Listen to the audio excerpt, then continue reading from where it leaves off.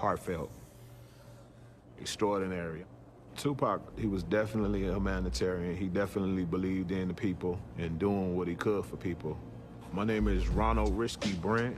I'm an artist, formerly of Death Row Records art department. I was responsible for some of the most iconic album covers in hip-hop history. I grew up in Compton, California. The streets were really bad. Drive-by shootings were happening all the time. I would see friends on a Friday, and I might not be able to see that same person on Monday.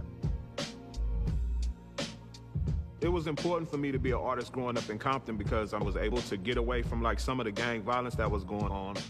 My art was definitely inspired by what I saw in Compton. It was what I was used to seeing every day. Tupac was shooting a video on the Compton swap meet. So I thought to myself, like, let me go over there and check it out. So when I saw Suge, I just approached him, and when I told him who I was and Suge saw the portfolio, he told me to come go with him. We walked up to a white van, he tapped on the door.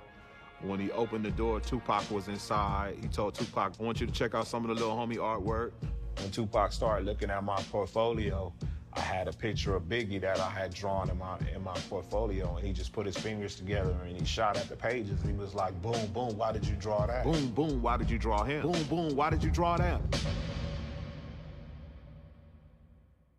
So Tupac, he told me that I was really dope and he wanted me to work on, a project which turned out to doing the insert for the All Eyes on Me album. I remember when I first got the call from the president of Death Row at that time, Norris Anderson, we need you to draw Tupac on a cross for the Makaveli 7th Day Theory cover.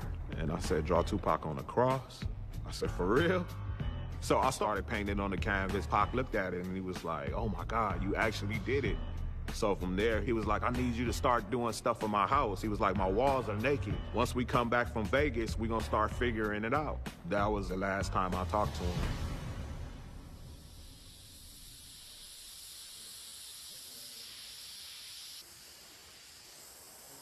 The mural that I'm painting is just a representation of what I feel like Tupac will be doing today.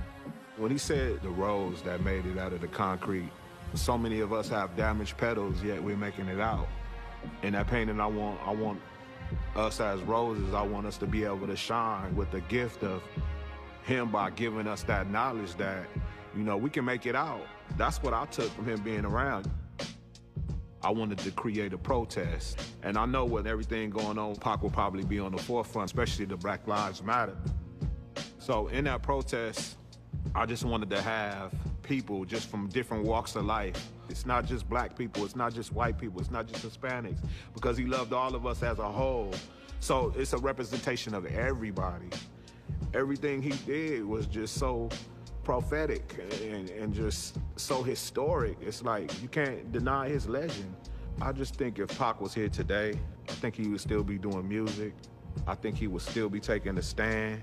I think he would still be motivating, inspiring. I owe a lot to him. If he wouldn't have co-signed for me so hard, I'd probably just be somebody still in the neighborhood that's just drawing pictures here and there. He had a big heart. He just had love as a person.